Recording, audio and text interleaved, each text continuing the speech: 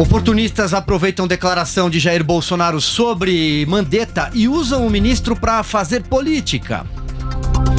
O governo vai usar aplicativo para cadastrar informais que têm direito a auxílio de R$600. Em depoimento na Operação Zelotes, ex-presidente francês François Hollande poupa Lula, mas critica Dilma. Esses são só alguns dos destaques de Os Pingos nos Is, que começa a partir de agora, mas antes, é claro, vai aí aquele meu convite para você participar, fazer os pingos conosco, naquele número do WhatsApp da PAN que você já decorou, mas eu não canso de repetir, é o 9-3117-0620, de novo 9-3117-0620, o DDD 011 aqui de São Paulo. Manda um vídeo pra cá, a gente exibe alguns deles no final do nosso programa, tá certo? Vamos lá, Robson, é hora do quê? Opinião, hora de colocar os pingos nos is. Ainda aproveitando a crise do coronavírus para fazer política, o presidente da Câmara dos Deputados, Rodrigo Maia, afirmou nesta sexta-feira que o presidente Jair Bolsonaro não tem coragem de demitir o ministro Luiz Henrique Mandetta e mudar a política de enfrentamento ao coronavírus. O deputado criticou as falas de Bolsonaro sobre o ministro da Saúde, abre aspas. É fundamental que no meio do processo, está falando do enfrentamento à doença, ao Covid-19, evidentemente, a gente não tenha uma perda de um nome como o de Mandetta, fecha aspas. Para o presidente da Câmara, Bolsonaro mais atrapalha do que ajuda quando vem a público criticar o ministro. Tava demorando, hein, Zé Maria, pro Rodrigo Maia se manifestar sobre o caso, hein? Tava demorando. Olha, Silvio, eu costumo me referir a esse tipo de episódio político como uma frase dita, que naturalmente é dita pelo Supremo quando algo está fora da órbita, de que é o rabo que balança o cachorro. A ideia que eles estão fazendo é de que existe um governo do ministro Mandetta, um governo da saúde e também um governo da economia. Isso não é verdade. O que existe é o governo da política. E esse governo, Rodrigo Maia, tenta se colocar como o primeiro-ministro autoproclamado do país. Ele não é o que está pensando. Ele não manda tanto assim na política. Pegou, sim, uma linha ali do Congresso Nacional, domina as lideranças, principalmente do Cetrão, e dá as cartas no plenário. Nada mais do que isso. Hoje, Silvio, houve várias reuniões, inclusive um reforço ali do Congresso Nacional ao ministro da Saúde, Henrique Mandetta. E a ideia deles, o discurso passado, é o seguinte: não se demita, não peça demissão. E o ministro Henrique Mandetta disse que não vai sair porque este é a missão dele. Olha, isso não é verdade. A grande missão é do presidente Jair Bolsonaro, que foi eleito para isso. Não se pode balançar o cachorro com o rabo, é o cachorro que balança o rabo. Então, o presidente Jair Bolsonaro é o governo. Não existe essa divisão. Governo da saúde, governo da economia. O que existe é o governo Jair Bolsonaro, que não dividiu com políticos a formação do seu ministério, né, da sua gestão, e ele pode demitir a qualquer momento. Só que ele aceita esses debates técnicos no governo porque ele entende, porque são especialistas. Aceita até o dia que ele der o basta. Ele já trocou 5 outras figuras importantes no governo que começaram ali. Agora, o DEM começou muito forte no governo, bem acima da sua capacidade política. Tinha a Casa Civil, tinha o Ministério da Agricultura, que é fortíssimo, com a Tereza Cristina, e o Ministro da Saúde, que é um ministro de pasta forte aqui, porque tem uma grande verba de execução na esplanada dos ministérios, e executar verbas é prerrogativa de poder. Então, esta é a situação. O presidente, na entrevista de ontem aqui, nos Pingos nos Is, foi muito claro. Ele puxou a orelha de um subordinado, de um funcionário do governo, dizendo: olha, fica porque ainda estou acreditando em algumas palavras dele, mas não vai demiti-lo. Silvio, resumindo, a conversa de hoje do Palácio é o seguinte: o presidente não vai demitir agora o ministro Henrique Mandetta, não, viu?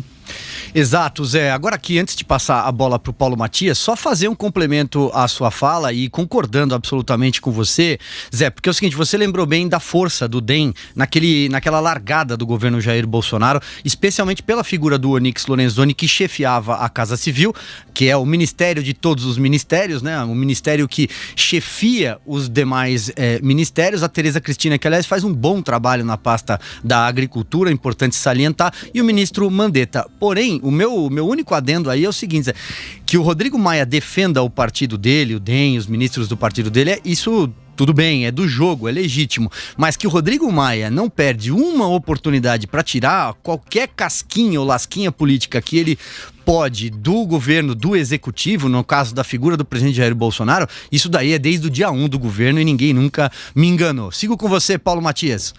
Olha, Zé Maria, olha, Silvio, eu acho que a gente tem que fazer uma análise sempre olhando da ótica do oportunismo, né? Tem muita gente surfando nessa onda, tem muita gente tentando tirar aquela lasquinha de uma crise que infelizmente afeta o país, que afeta a nossa economia e que principalmente está afetando os mais pobres, né?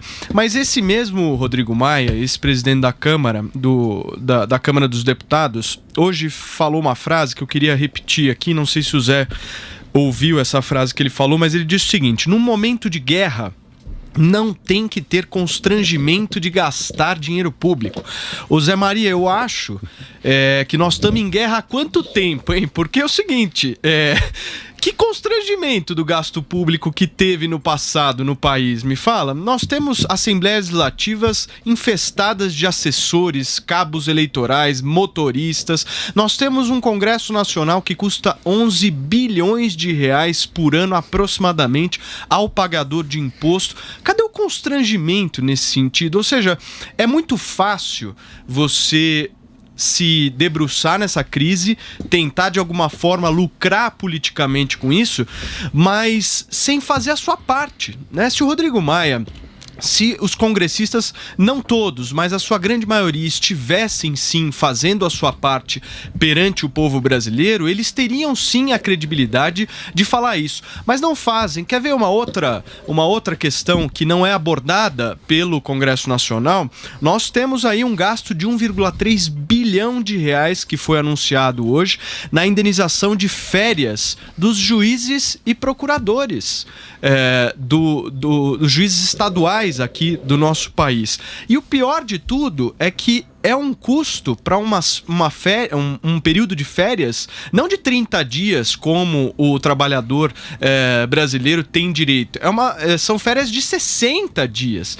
Então, cadê o Congresso Nacional? Existem 2 projetos de leis, Zé Maria, que estão parados no Congresso Nacional, que visam exatamente reduzir essas férias do judiciário de 60 para 30 dias e ninguém fala sobre isso. Ou seja, falar que, olha, a pandemia tá um caos, o país tá um caos, tá tudo errado e vocês não sabem fazer nada e é isso, é muito fácil, é óbvio, é maravilhoso fazer isso, é maravilhoso sentar nesta cadeira e falar isso. Agora, o que o Legislativo e o Judiciário hoje fazem para melhorar o país? Essa é a pergunta, Zé.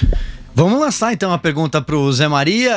Diga lá, Zé. Rodrigo Maia, o primeiro-ministro do Brasil, e aí o Paulo lançou aqui questões sobre gastos bastante interessantes. Só eu ampliaria com um gasto também. Fundão eleitoral. A gente não sabe mais nem se vai ter eleição no Brasil esse ano, né? Mas nenhum deputado ainda foi à frente ali. Quer dizer, nenhum deputado não. Muitos deputados foram.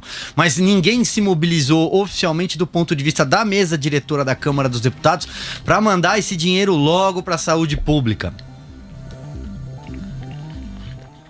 É o autoproclamado primeiro-ministro do Brasil.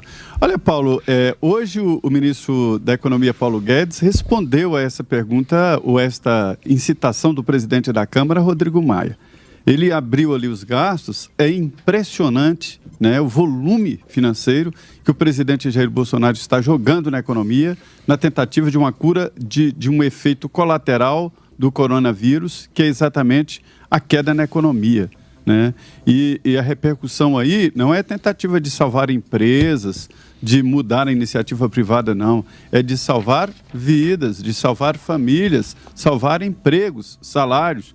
quando um profissional é demitido, junto com ele vai a mulher, filhos e consequências sociais. Daí a grande preocupação. Olha, Paulo, R$1 trilhão. O Paulo Guedes diz que a soma total pode chegar a isso, R$1 trilhão. Olha, o orçamento brasileiro é de R$3 trilhões.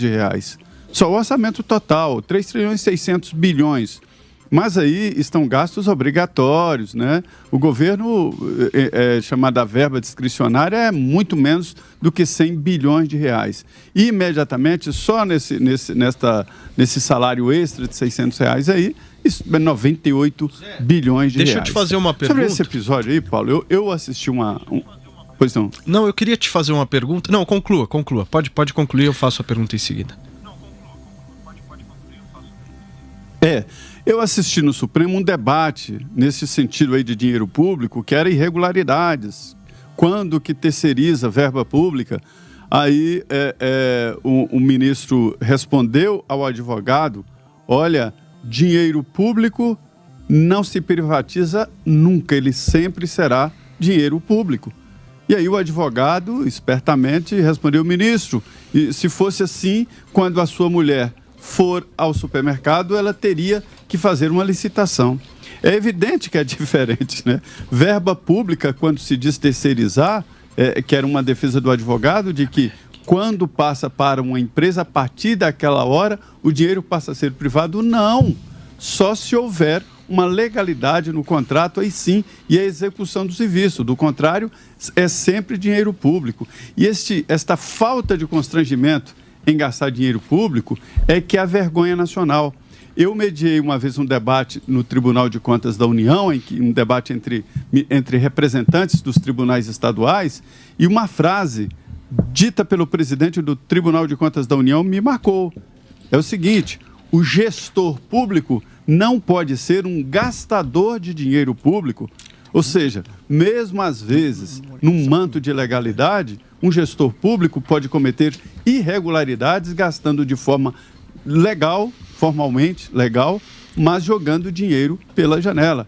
Então, sempre haverá a necessidade, sim, de constrangimento em gastar dinheiro público. Até porque muita gente, Paulo, não acredita na existência de dinheiro público, porque ele não existe. Isso é dinheiro de pagamento de impostos, ele não nasce espontaneamente, não. Tem congressista, pelo que eu vi hoje em algumas entrevistas... mas esses sim acreditam em dinheiro público.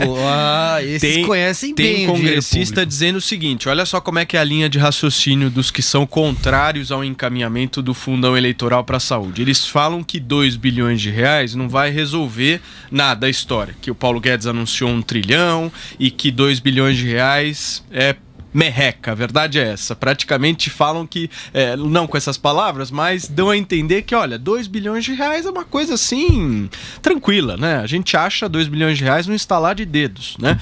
Mas eu queria te perguntar, Zé, você que está em Brasília, que fim deu a questão do fundão, né? Tava agendado de manhã, às 9 horas da manhã, aí foi reagendado para tarde. Como é que tá isso? Qual que é a perspectiva?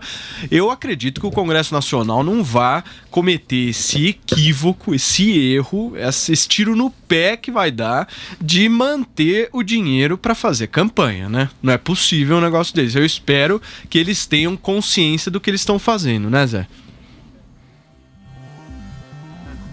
E eu costumo dizer que não são 2 bilhões, são 3 bilhões, porque é 1 bilhão do fundo partidário, que anualmente cai ali no caixa dos partidos, e 2 bilhões em ano eleitoral, que é o caso aí das eleições municipais. Então, na verdade, são 3 bilhões. Eu conversei com deputados que dizem o seguinte, que os líderes estão, o tal ouvidos moucos, né?